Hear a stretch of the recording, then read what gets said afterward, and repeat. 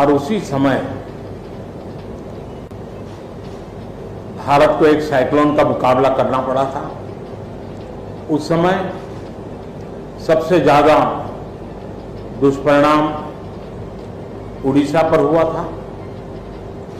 आज एक साल बाद फिर से साइक्लोन ने भारत के तटीय क्षेत्र को, विशेष करके पूर्वी क्षेत्र को प्रभावित किया और उसमें भी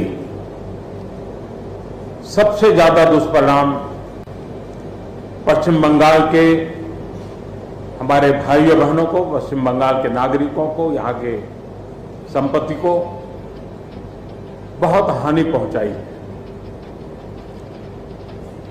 साइक्लोन की संभावनाओं से लेकर के लगातार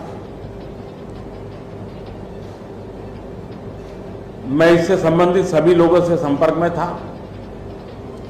भारत सरकार भी सतत राज्य सरकार के संपर्क में थी। साइक्लोन का नुकसान कम से कम हो, इसके लिए जो भी आवश्यक कदम उठाने चाहिए उसके लिए राज्य सरकार और केंद्र सरकार ने मिलकर के भरसक प्रयास किया। लेकिन उसके बावजूद भी करीब करीब 80 लोगों के जीवन हम नहीं बचा पाए। इसका हम सबको दुख है। जिन परिवारों ने अपना स्वजन खोया है उनके प्रति केंद्र सरकार, राज्य सरकार और हम सबकी संवेदनाएं हैं और इस संकट की घड़ी में हम उनके साथ हैं। संपत्ति का भी नुकसान काफी होता है, चाहे एग्रीकल्चर हो, चाहे पावर सेक्टर हो, चाहे टेलीकम्युनिकेशन हो, चाहे घरों का उजड़ जाना हो, अनेक प्रकार का, चाहे वो इंफ्रास्ट्रक्चर का हो, चाहे व्यापार जगत से लोग जुड़े हुए हो, चाहे खेती क्षेत्र से जुड़े हुए, हर किसी को नुकसान होता है। आज मैंने हवाई निरीक्षण करके बारीकी से इस प्रभावग्रस्त विस्तार को मुख्यमंत्री जी के साथ, गवर्नर श्री के साथ दौरा करके उसको देखा है।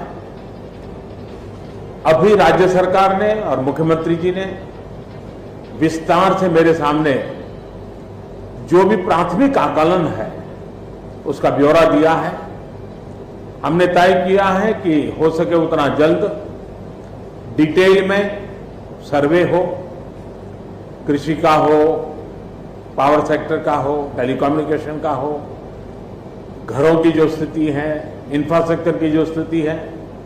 केंद्र सरकार की तरफ से भी तत्काल एक टीम आएगी और वो टीम इन सभी क्षेत्रों में सर्वे करेगी और हम मिल करके रिहेबिलिटेशन हो, रिस्टोरेशन हो, रिकंस्ट्रक्शन हो, उसकी व्यापक योजना बना करके बंगाल की इस दुख की घड़ी में हम पूरा साथ देंगे, सहयोग देंगे और बंगाल जल्द से जल्द खड़ा हो जाए, बंगाल जल्द से जल्द तेज गति से आगे बढ़े, इसके लिए भारत सरकार कंधे से कंधा मिला करके काम करेगी और जो भी आवश्यकताएं होगी उन आवश्यकताओं को पूर्ण करने के लिए भारत सरकार के जो भी नीति नियम है उसका पूरी तरह उपयोग करते हुए पश्चिम बंगाल की मदद में हम खड़े रहेंगे।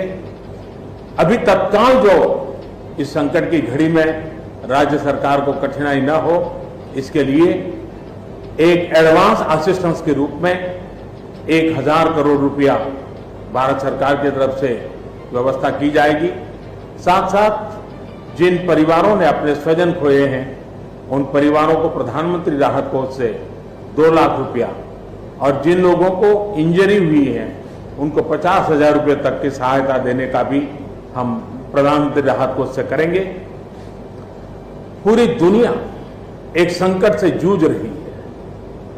भारत भी लगातार कोरोना वायरस के खिलाफ लड़ाई लड़ रहा है। कोरोना वायरस की लड़ाई में जीतने का मंत्र और साइक्लोन में जीतने का मंत्र दोनों पूरी तरह एक दूसरे के ऑपोजिट है। Corona virus